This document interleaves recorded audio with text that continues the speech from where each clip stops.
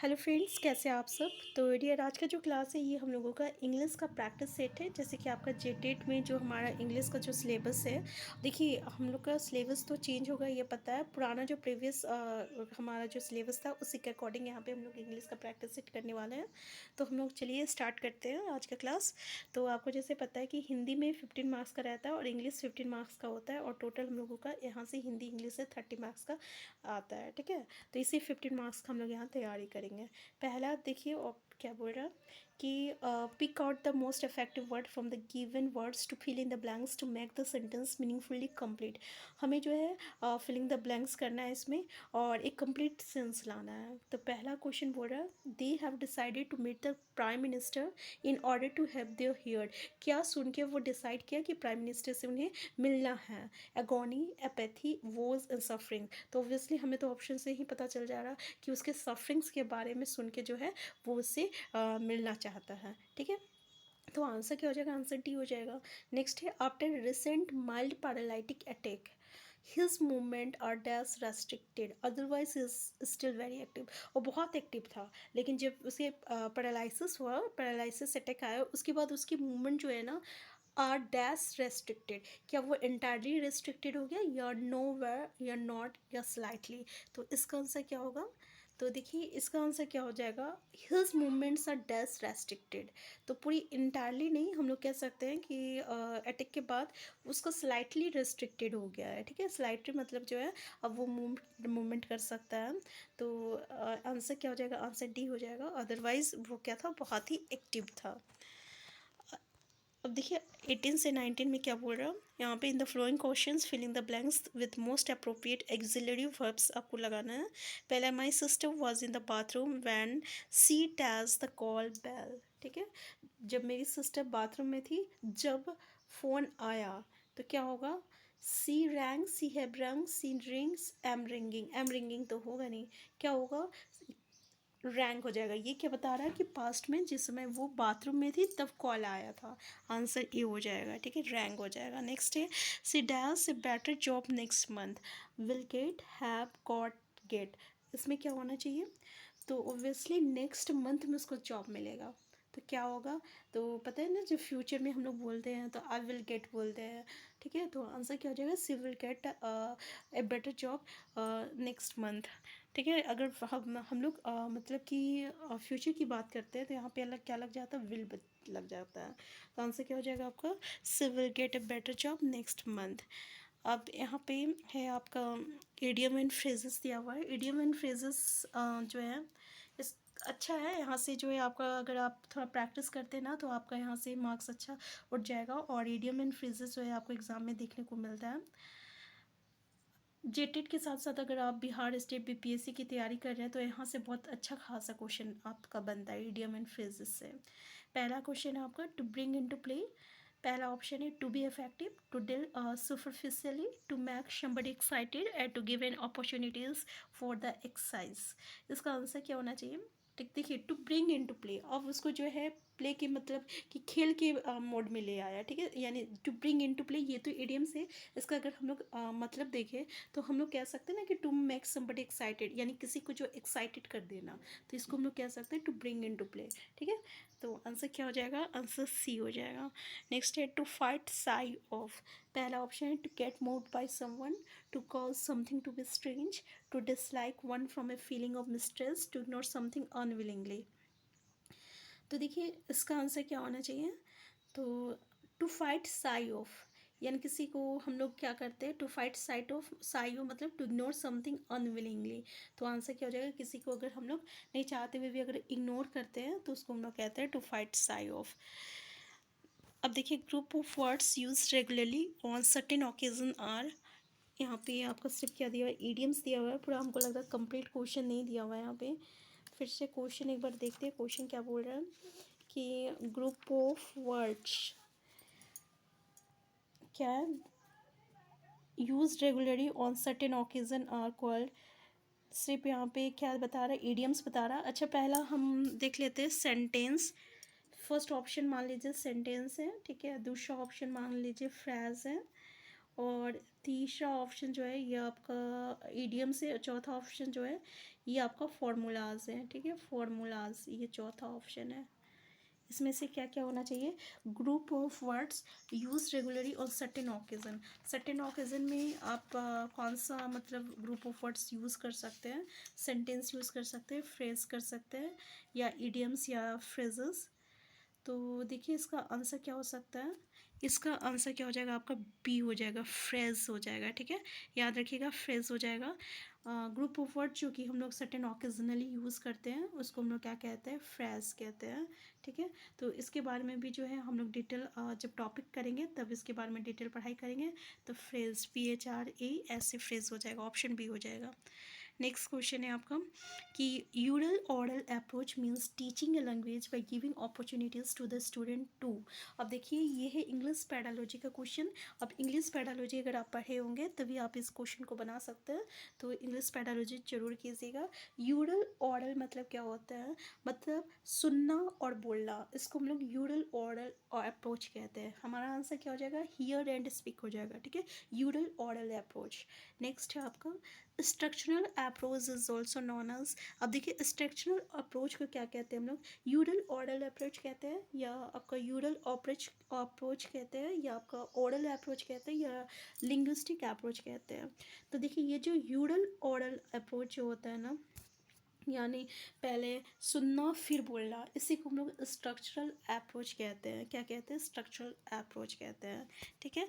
Next है basic tools of English. Basic tools क्या है इंग्लिश का? आपका साउंड है, वोकेबलरी है, स्ट्रक्चर है। तो आपको पता है ना ये तीनों हैं, इसलिए हमारा आंसर डी हो जाएगा। नेक्स्ट है how many structure from the core of essential English. क्या हो जाएगा इसका आंसर? तो याद रखिएगा कितने स्ट्रक्चर है? 275 जो है आपका स्ट्रक्चर है from the core of essential English. तो ये तो आपको याद रखना पड़ेगा, ठीक है। अब यहाँ पे हम लोगों का पैसेज है, तो पैसेज पढ़ने का हम सबसे बेस्ट तरीका आपको क्या बताया था? पहले तो आप क्वेश्चन देख लो, ये क्या बोल रहा है? What is the age when we think seriously for our future. तो अगर हम लोग तुक्का भी लगाएं, ये आपको कौन सा क्वेश्चन है? 26 था ना इससे पहले? हाँ, एक मिनट रुक जाइएगा, 26 था, ये 27 है, ठीक है, ये 27 है। अगर हम लोग तुक्का भी लगाते हैं, ठीक है ना, तुक्का भी लगाते हैं, तो भाई 20 एज तक में तो आदमी खाते खेलते मतलब बीत जाता है। तब जब शादी होता है उसके बाद सीरियसली आदमी जो है सोचने लगता है अपने फ्यूचर के लिए।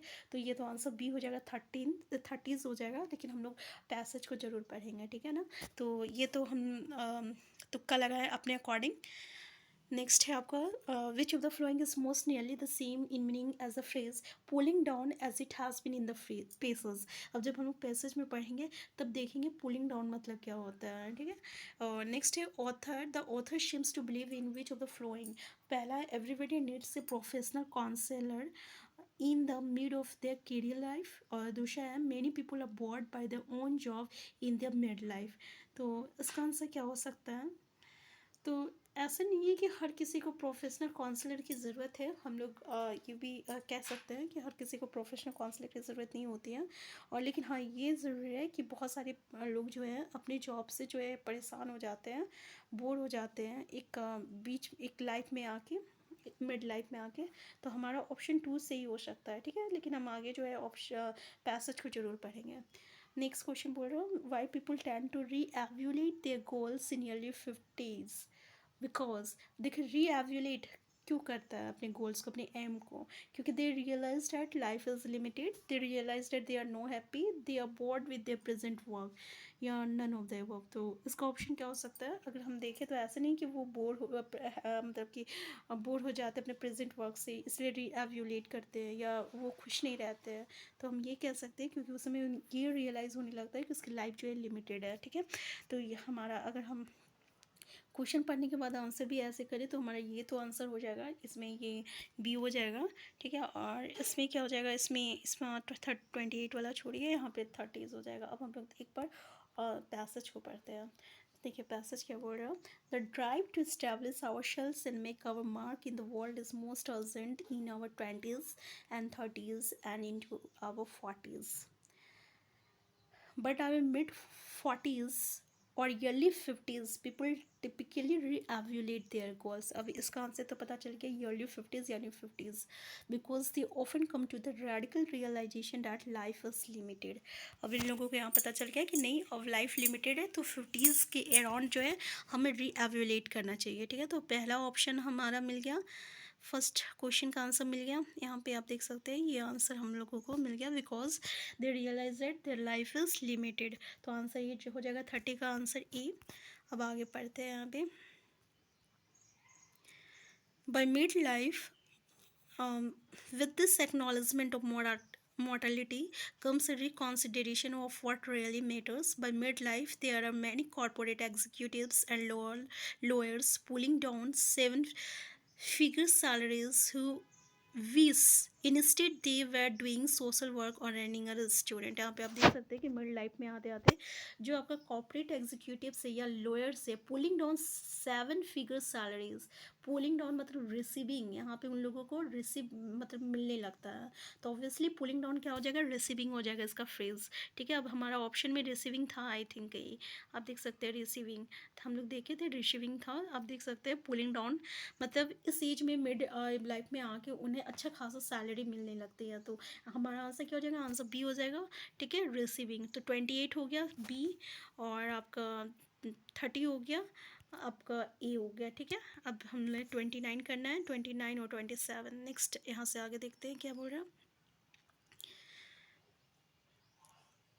Says Stephen Rosen, who consults professors who are trying to find more fulfilling livelihoods or who have no choice having lost a job. A consultant who is assessed top executives at firms such as General Electric, DAC, and Mobil Oil that many at midlife are highly excited about paid projects being on a school board. A small business they are running on the side, but they are bored by their own job. ठीक है, they are bored by their own job। ये हमें पता चल गया कि second वाला option जो था सही था। One highly successfully entrepreneur had started a series of business found himself running one he hatted. मतलब एक को वो मतलब कि नापसंद आता है, एक काम को कर करके तो वो दूसरा काम स्टार्ट कर देता था। As the saying goes, if you don't know where you are going, any road will get you hit there. The less aware we are of what makes us passionate, the more lost we will be. And this drifting can even affect our health. People who feel their skills are not being used well on the job, or who feel their work is repetitive and boring, have a higher risk of heart disease and than those who feel that their best skills are expressed in their work। आप यहाँ पे देख सकते हैं कि ऐसे person जो अपने ही काम से बोर हो जाते हैं उन्हें या तो हार्ट डिजीज़ हो जाती है, ऐसे पर्सन के कंपैरिजन में जो अपने काम से काफ़ी खुश होते हैं। ठीक है ना, यानी तो आप देख सकते हैं यहाँ पे कोई एग्जैक्टली आंसर दिया नहीं है, but near about 20s 30s and first he line में जो बताया गया था इसके अकॉर्डिंग हम यहाँ पे आंसर बी कर सकते हैं, और ऑब्वियसली 27 का आंसर क्या हो जाएगा, बी हो जाएगा। ठीक है, 30s हो जाएगा। और यहाँ पे हम लोग रिसीविंग कर चुके थे, ये देखिए, in which of the following, पहले everybody needs a professional counsellor in the mid of their career life. अभी हम लोग जो लास्ट वाला ऑप्शन देखे कि बहुत कोई अपने काम को ही अच्छा मानते हैं, तो ये तो भाई professional counsellor in their mid of their career life, तो हर किसी को प्रोफेशनल काउंसलर का ज़रूरत नहीं पड़ता है। ठीक है, many people are bored by their own job in the mid life, ये तो बिल्कुल सही था, हमारा आंसर 2 हो जाएगा। तो यहाँ पे 15 क्वेश्चन हम लोग डिस्कस कर चुके हैं। इससे मैं आपको एक ओवरव्यू दे दूँ कि आपको करना क्या है। ठीक है, तो करना क्या है, आपको 2-3 क्वेश्चन जो रहेगा ये आपका पेडालॉजी से आएगा। पेडालॉजी में से 1-2 आप पेडालॉजी का एक बार ज़रूर आप देख लीजिएगा, जो कि 1 घंटे या 2 घंटे का रहता है आपका मैराथन किसी से, क्योंकि ये पैरालॉजी से क्वेश्चन क्या बनेगा ये भी बहुत कहना मुश्किल है। इसके अलावा पैसेज से आप अच्छा स्कोर कर सकते हैं और ग्रामर से आप अच्छा स्कोर कर सकते हैं। इसलिए अगर आप पैरालॉजी पे ध्यान ना भी दें तो हमें लगता है कि ये आपके लिए बेटर होगा, क्योंकि उसमें टाइम वेस्ट करने से अच्छा आप ग्रामर पे ध्यान दें। तो हम फिर मिलते हैं नेक्स्ट क्लास में। चैनल में नए हैं, चैनल को सब्सक्राइब कर लीजिएगा। वीडियो हेल्पफुल होगा तो लाइक शेयर करना मत भूलिएगा। Thank you.